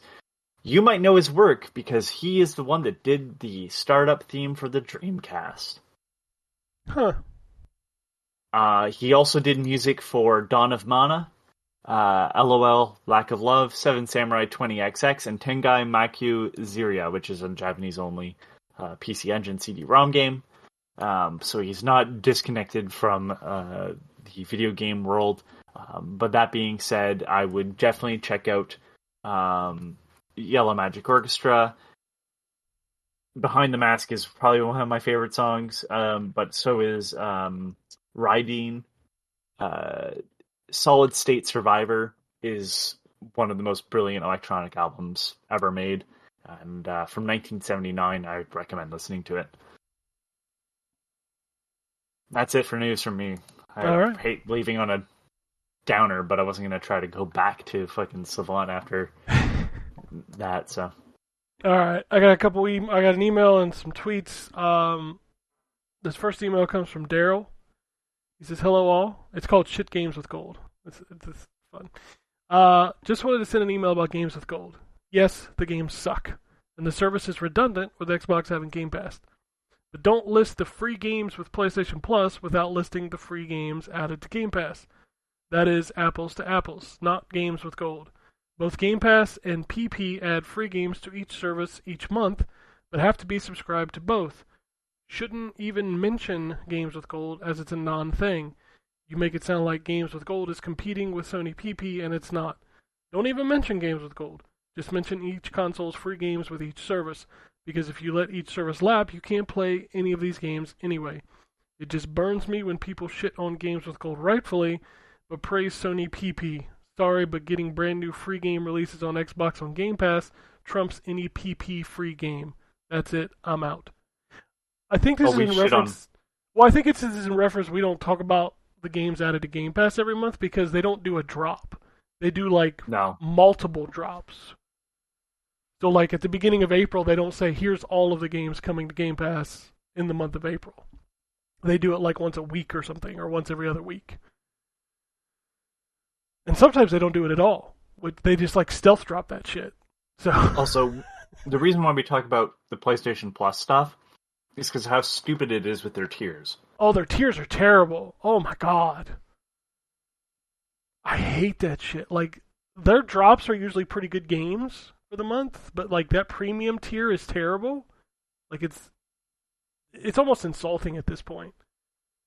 Yeah, classic games, my ass. We got one PS1 game this past drop, and it was R4, which, it's a great game. But, really? You dropped one PlayStation 1 game? What's the total up to now? Maybe 20 games for the PS1? After, what are we at now? Almost a year? Getting close to a year, I think? That's just crazy to me. Alright. To the Twitter, Shogun sends us a few tweets. He says, RIP E3. What's your best E3 memory? Mine was probably the first time they were streaming E3 during the Xbox 360 days when they showed The Lost Planet and announced that the demo was live during the show. That day it felt like we had arrived into the future.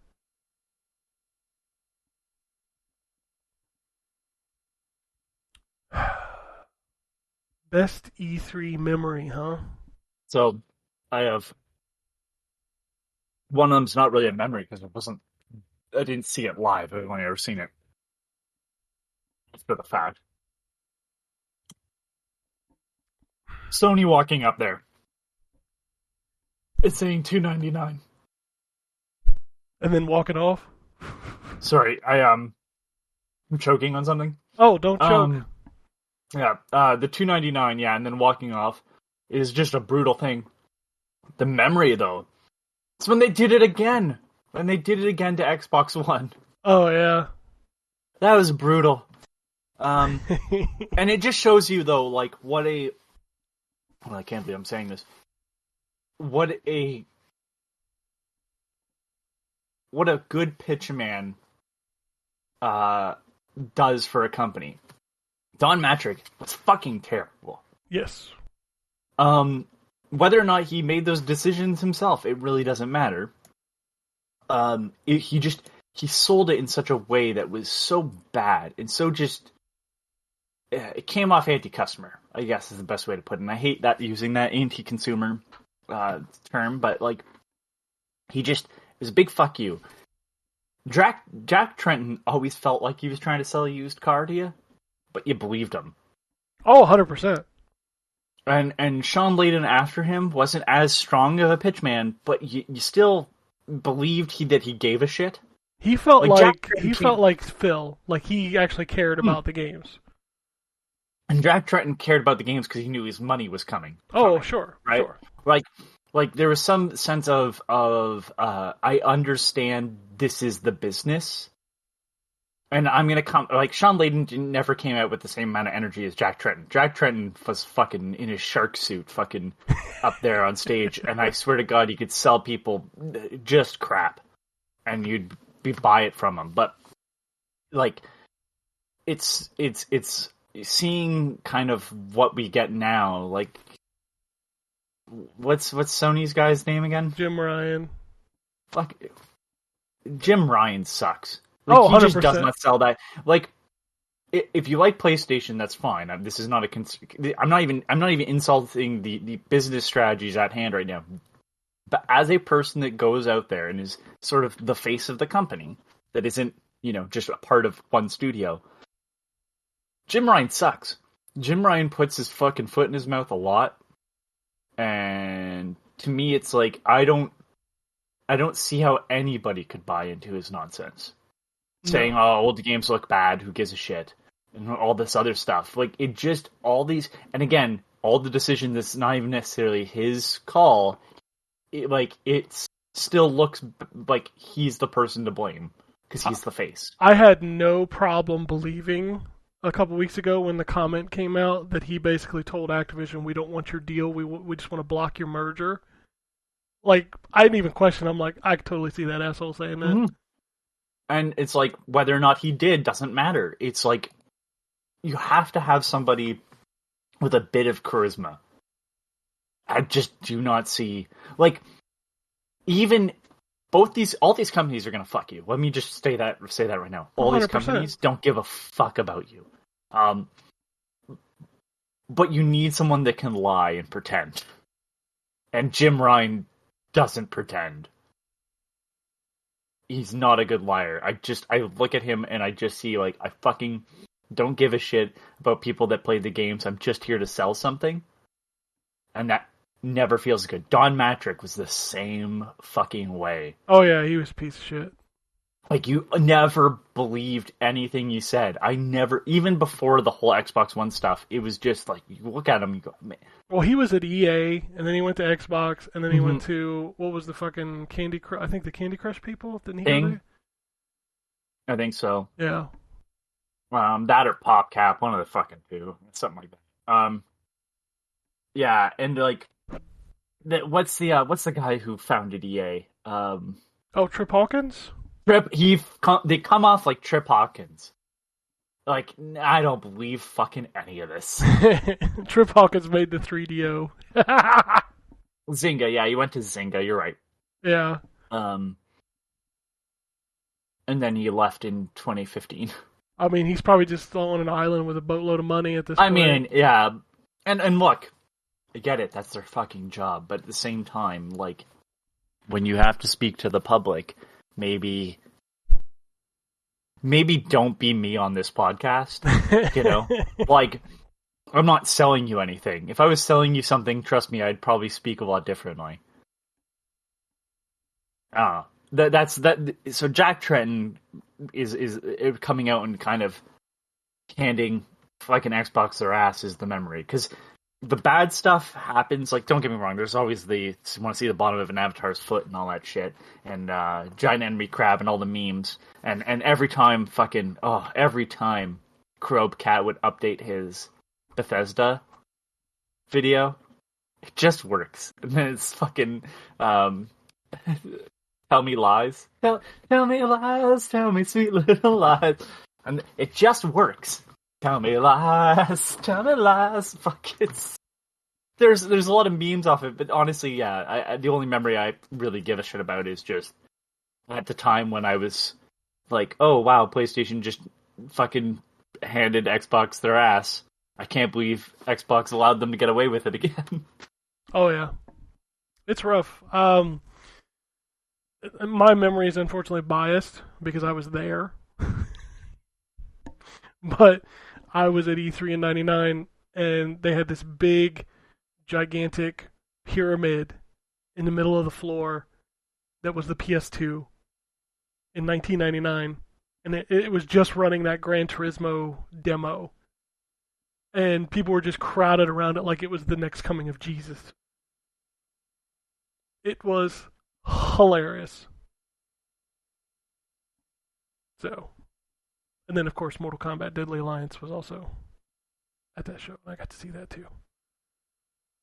Or no, that was the second show I went to. Sorry. Different show. I went to 2. Unfortunately, I will say this, though. Sorry. I was just going to say that unfortunately my memories are biased because I was at those 2 shows. So. I mean, here's the thing about how I felt about E3 the last couple times anyways. Why? Why was it that week? I mean, maybe there's a reason. Maybe there's a business reason as to why it's that week. I just don't know. There was. Was it because it was like mid-fiscal year or something? Because E3 was a trade show, and it was originally designed to be, here's what we're going to be putting on your shelves in the fall. Ah, okay. That's what the whole point of it was. It hadn't been that for years. No. That died a while back, but like the first E3 I went to, there was literally a section at the show called the retail section, and it showed what their games would look like on your store shelves. That was the point. That was the point of it. Yeah, I knew that was the point originally. Timing-wise, I hadn't put it away in my head that I'm like, oh yeah, this would be for your fall season. That makes sense. Because that's your Christmas season, basically, too. Yep. But we were holding on to that time frame like it mattered. And you know, I jokingly said in our Discord chat that it's like the butterflies that still move around. That still think there's a mountain there. I mean, these are generations removed from the butterflies that would have flown around a mountain. But there's a group of butterflies that when they migrate, they make this sharp turn at like the middle of the water, and no one knew why until they realized that there used to be a mountain there, and the fucking butterflies are still doing it just out of like genetic memory and nothing else. And there's zero reason as to why. It would cut their trip a lot shorter, and they still do it. And that's what I felt like we were doing with E3 then. It was just like, there was a reason why at some point, but no one remembers exactly why. So we just hold it because like the ritual is now more important than what the ritual was for in the first place. Yep. And like it lost all sense of meaning. And before everybody even canceled, my thing was just like, who gives a shit? Like, why do we have to have an event? Like, just fucking show me when you can. You know, like, Nintendo's got it down packed. Like, oh yeah, here's the stuff that's coming out in the next couple of months. Yeah, cool. Nintendo, I feel secretly killed E3 when they stopped doing their press conference because they were like, here's a direct every quarter. Yeah, and I prefer it that way. It makes more sense. Yeah. And everybody gets hyped. Like, every time there's a direct, everybody's hyped. Even when there's not a direct, and people are just like, I think there's a direct coming up. People get hyped. I've got the list of the direct from my uncle at Nintendo. Oh, what was the recent one, Ken? What was the recent one? I have to make fun of him publicly. I don't remember. Give me a second. I'm scrolling up. Microsoft and Warner Bros. Got something coming. Announcement should be end of June. Oh yeah, you're talking about the fake leakers. Yeah, there's so many of those every day. It's hilarious. Yeah, but this is the guy who got called out. Yeah, which he still keeps going. Like, he doubled down on it. So it's always hilarious to me that these dudes are like, yeah, I know things. I know things that, you know, big like actual leakers don't know. I know this stuff with my 2,000 followers on Twitter. Anyway, he also says go see John Wick 4, but after watching, could you guys see that world being turned into a video game? If so, what studio would you pick to make it? I would love to see the guys who made Sifu make a gun-fu game. Remedy. Remedy John Wick kind of just fits, doesn't it? All I want to do is just fucking slow-mo fucking my way around. Here's a weird one. It would be great to see the guys that did Super Hot make a first-person John Wick game. I mean, that's essentially what Super Hot is. Right? But, like, imagine it being styled where you're fucking John Wick. That'd be pretty good. Right? You can do all these... Like, okay, especially if they did a VR one. I don't remember which John Wick it is. The one where he's building the antique gun as the guys are coming up the stairs. I think that's 2. I think that's 2, but it could have been 3. Have you do that in VR, having to do the time limit as you hear them come up the stairs. Man, those movies are so like fun. Fuck. Yeah, I did like again. I liked the Equalizer more because it was a bit more grounded, but yeah, and the director of John Wick 4 was the I know it's kind of news now, but the guy that does John Wick 4 like very openly says like they don't use any blanks or anything in that series. It's all digital. Huh. Well. So the director was the stand-in or the stunt double or whatever for Brandon Lee on The Crow. Oh. So he does not use bullets on. He's like, we're putting guns next to people's heads. It's not safe. There's no reason. We can do all this shit digitally. We don't need the realistic aspect of it, especially when we're doing the shit we're doing. I mean, you see that stuff for like a half a millisecond, so... Right, so he's just like, yeah, just digitally do it and then make sure nobody gets hurt. Yeah. And it's weird because, you know what? In an alternate universe, could you not see Brandon Lee being John Wick? Oh, absolutely. I mean, his career was so short. Yeah, but he had that sort of Keanu Reeves vibe that without the sort of like, whoa, surfer dude that you had to work away from. All right, last tweet. Is it too early to ask what's up with Sony?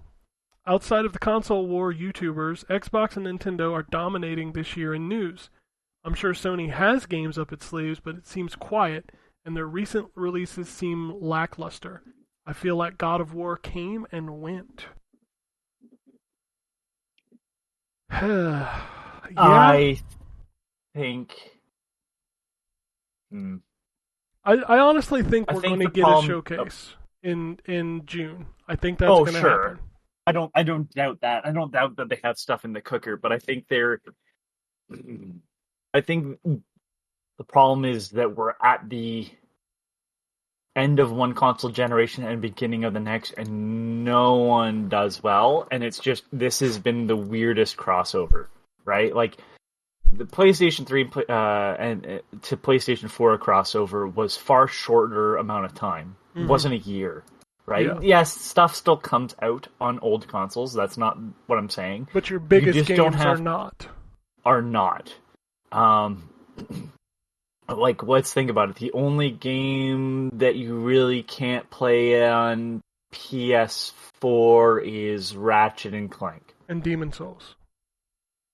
Demon's Souls, I wouldn't... Yes, it is a first-party game. That one's a little weird anyways, because it's a remake, but... yeah.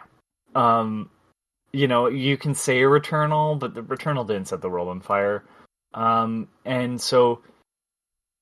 How do you navigate that as a company? I don't know, right? Like, you have a huge PlayStation 4 install base, and you are trying to put out games for a new console that still isn't super easy to get.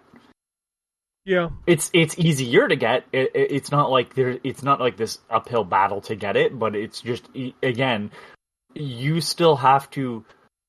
There's no impulse buy. Right now, you probably wouldn't get those anyways, but there's no impulse buy of, oh my god, they have one, I should pick it up. Because that's what happened. So when I worked at Target for the PlayStation 4 launch, people would buy PlayStation 4s just because they thought, I might want one, and they have them here right now. They're hard to get. Never as hard as the PS5, but like they're hard to get. But hey, they have them. The Wii was the same thing, and I worked the Wii launch, and that was a fucking. That was my Vietnam. And you know, people would buy them just because they had them. Right? Oh, you know, I want to play that thing. Which is just Wii Sports for most people. And you have one here right now. Yeah, I'll buy it, even though it's not on sale. But just because you have it. So you don't get the install base outside of people that just play video games. And you won't probably at these prices anyways, but like, I don't know, you have a hard time navigating that line when you have far more of PS4s still active than you do PS5s. Yeah, and also, I think, I mean, we talk about the pandemic till your face is blue, but I think Sony suffered from it too. And if you look at 2023, I think this is their bad year. I mean, it's still better than Microsoft's bad year, which was atrocious. Well, let's be honest. It's still better than this year. For like their last year or whatever was still better than this year so far. Arguably. Yeah, but this year, like, they don't have big first-party games. They have Spider-Man. So what they did was they bought exclusives like Final Fantasy 16 will be only PlayStation. You know, if Silent Hill 2 makes it out, it will be only PlayStation. So that's what they bought because they knew they didn't have anything besides Spider. And let's be fair, if Sony didn't have Insomniac, the PlayStation 5 would be kind of... Let's be fair. Like Ratchet and Clank, Spider-Man, Spider-Man 2, Spider-Man Miles Morales, like, those are the games that are selling the gangbusters. Well, not Ratchet, but you know what I mean. Yeah. They have those games. Without Insomniac, the PS5 is kind of meh. Yeah, there's no definite reason to have it other than just having upgraded games. Yeah, and God of War and Horizon were both on PS4, so... Right, and you and I have had this sort of discussion on the podcast. Ryan's not here. Ryan disagrees with us. I think people are starting to get bored of the formula. That's not to say that the games all play the same. They don't. But they're kind of a similar template. They still have the same sort of like story structure of like, we really want this to be Oscar bait for video games. Yeah. And it's like, I know you do. Trust me, I know. And it's like, yeah, there's really nobody competing with them. But at the same time, like, not everything has to have the tonal resonance of, like, Last of Us. No. It just doesn't.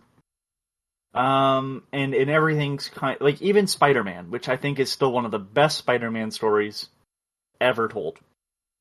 The first game's Spider-Man story. Yep.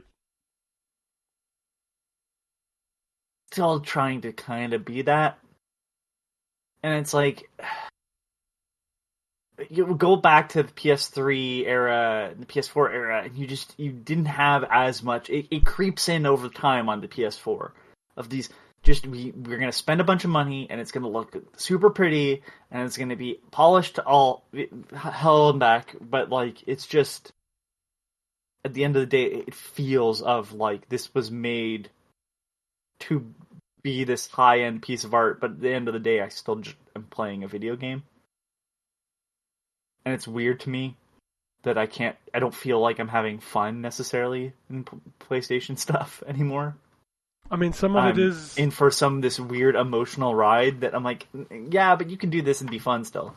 Like, that was a big thing with God of War Ragnarok. Like, I saw people on Twitter, because I reviewed it, and I played it before it came out. Like, I saw people on Twitter like, oh my god, that moment. Oh my god, that moment. And I'm like sitting there while people are talking about, like, which one are you talking about? And then when I found out what it was, I was like, oh, that was cool, but, like, I didn't, like, lose my shit over that part. Like, I don't know. I feel like some people get, like, way over invested in these. And it's not to say that it's not good. It's better than it's better than anything else out there. Yeah, it's better than anything else out there. But at the same time, I'm like, I didn't feel what you felt. Like, I'm gonna tell you right now, I have not felt so. Here's kind of, and I get it. this is all taste based, and I feel bad because I always feel like I'm attacking people that like these games, and that's not what I'm saying. I'm not even saying they're bad games. I'm just saying everything, even Ratchet and Clank, has to have that now. You started to see the humor die off on the PS3 era, and then the PS4 game is just the movie was not the same sense of humor. That's kind of gone, and it's just like this misery sort of washes into every fucking game they have, and it's like, you can do that and still be fun. I don't understand why everything has to be miserable. Nier Automata is a miserable game. I remember parts of it because they're fun to play, and the story is strong on its own. Like, I didn't need... Like, if you're gonna ask me, like, what's my biggest memory of, like, an experience of me going, holy shit, in a video game as of late, the one that came to my head first was the first time I ran into a dragon up close in Breath of the Wild. The scale of it coming out of this waterfall and me going, I don't know if this thing's going to attack me. What the fuck did I just walk into? Right? And it's like, that's a what the fuck moment. And like, that stays with me longer than anything that would happen in Horizon, anything that happened in Spider-Man. Like, because those moments are very good, but they're built in such a way where I don't think they can fail. And I don't know. There's this weird thing I feel about a lot of the PlayStation stuff, that there's just this, like, I need you to just kind of remember that at the end of the day, you're a video game first and foremost. Yeah. Because, it's you know weird. What? My complaint about Naughty Dog stuff, I feel vindicated by the fact that a lot of people love The Last of Us show. Because you didn't have to play the game in between. Yeah. The impactful parts, right? Well, also, I liked the original Last of Us. I think most people prefer the original Last of Us. It's the definitely second one is more just gamey. The second one is just, it's Oscar like misery bait. for the sake of misery. But that's to me where I feel like tell me that the fucking Horizon 2 isn't more miserable than the first fucking game. Oh, it absolutely is. Like, the first one had like moments of hope. The second one's just like, oh, everything sucks. And this is just everything's gonna go to shit. And I'm just like, man, fuck off. And then I didn't play the second God of War, but the first God of War seemed hopeful still. I'm assuming with the name Ragnarok, dark shit happens. Oh, dude, there's so much like dark shit in that second game. I know of a character that dies, and it's just like, Jesus Christ, guys. Like, there's just, I don't know. It's a lot. Like, even Ghost of Tsushima, like, I think back to that game, and I'm like, I love that game, but god damn is it depressing at times. I'm like, I don't need to be depressed. And it's so weird, because you play Infamous from the same studio, which was a PS4 launch title, which still looks fucking amazing. And it depended on how you played. It wasn't a miserable story. There was some sad stuff that happens, because there needs to be conflict. I understand that. No conflict means boring story. But, yeah, I don't know. There's just this weird thing where it's like, I think a lot of it comes down to, like, they're not setting the world on fire. Like, God of War came and gone, because even if you don't play God of War, can you tell me what it's gonna be like? Probably. Oh, yeah. Because you kind of know what it's like. Yeah, you can do that with a lot of games. Can I guess how Zelda's gonna play? Yeah, but, like, I don't know where the fuck the story's going. You could probably guess, because the tone has been set by a lot of PlayStation stuff, that you're gonna have some moments where it's gonna be a bad time. I mean, that story-wise, not like emotionally, not gameplay-wise. Yeah. But yeah, I don't know. It is a weird thing. I think also it's weird that, like, God of War just hit the end of this saga. Last of Us, I don't know how you continue that story without just bringing in new characters, which at that point, like, is it... Just make a new game. Like, I don't feel like we need to tell the story of Ellie anymore after the end of Last of Us. Like, you know, Uncharted's done. Ratchet and Clank might as well just be thrown out to the fucking wolves at this point, I feel like. That's how they treat that franchise. Wolverine's a ways away. Although I'm going to tell you right now, I can see the story in my head where he loses somebody. Because if they you know what? Here's what they're going to do. They're going to tell you the story of when. Watch me be wrong. I'm okay with that. Where he's in Japan, which is the famous Frank Miller art book. He did the art, and then I can't remember the writer's name. But where he falls in love and loses love and has to fight the Steel Samurai and all this stuff. And that way they can get on all the sad moments. There'll be some other stuff thrown in because Insomniac's going to do their own thing with it, like they did Spider-Man, I'm sure. But I can totally see how the same notes are hit. And it's a very pessimistic way of thinking, but I don't remember feeling that way about Sony on PS2, which is when I bought into their ecosystem, or PS3, or PS4 until closer to the end of its cycle. It's just a very odd way to feel about a publisher of where all their... But I guess, is there a difference between Sony publishing stuff and what's their fucking... the Annapurna? I feel like I know every Annapurna game. Oh, yeah. Annapurna's kind of like, what I know it's going to be an artsy story that deals with emotion. It's just weird. It's just weird that the House of Parappa has got to this. Right. That's it, right? Like, why does Ratchet and Clank not feel fun, or is sort of like tongue-in-cheek anti-consumerism that the first couple games are? And where's Jack and Daxter? Where's Dark Cloud? Where's Sweet Tooth, baby? Where is Twisted Metal? That's not an online game, Twisted Metal, like, you could have all this dark stuff and play it off for jokes. Right? Oh yeah, like, you could do all your horrible human torture, but change the tone of it. It's very odd that all this stuff is. The studio is just. It feels very much of the same ilk. Like they read the same miserable stories. We're just gonna copy that. Yeah. But you know what? Again, before everybody thinks I'm just wanting to shit on Sony, at least they have something. What the fuck does Microsoft have? Yeah, What's Microsoft's voice at all, other than Game Pass? Please, God, just play our Game Pass. Because, like, Halo Infinite could not give less of a fuck about the story in that game. It kind of ended on a wet fart. Like, eh. So, but there's... At one point in time, like... Yeah, I guess every fucking Xbox series was about saving the world from some sort of abyssal horror, Gears of War and Halo, but like they felt like two different games still. Like the story, the way they like Halo was built out of a lot of hope for the future. Like we are going to win this because we have this guy who just won't give up. And Gears of War felt like we are at our wit's fucking end, and I will blow up the fucking planet to end you. This is misery, and we're all miserable, and everything sucks, and we just have to kill them at this point. And I don't know, like those, so you can't have the same sort of story, but tell it in a different tone still. And I don't know. I'm getting old, is what I feel like. I'm getting old, and the games are passing me by. Welcome to the club. All right, that's it for us. If you want to tweet us, it's at ZTGD Podcast. If you want to shoot us an email, it's podcast@ztgd.com. Don't talk about me ranting and rambling there. I realize that in hindsight. I'm probably still coming down from my high of last night. I apologize. Jesus Christ. Just calm down and calm your tits. Listen, those fucking...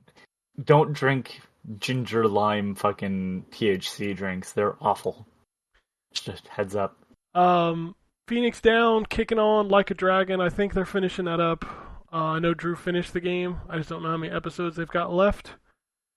And then you can also follow the site on Twitter at ZTGD Content. And then you can follow me at ZTGD Anthony Heen on Twitter. So. Yeah, I know. I mean, do you want this in your life anyways every day? No, you don't. I know better. You know better. Let's just fucking... But that's it for the show this week. We'll be back next week with some more video games. So unless anybody has anything else, we'll get out of here. I mean, it's just me. Okay, if you don't have anything else, then we'll get out of here. I don't got anything else. All right, peace. Alrighty. And it goes something like this.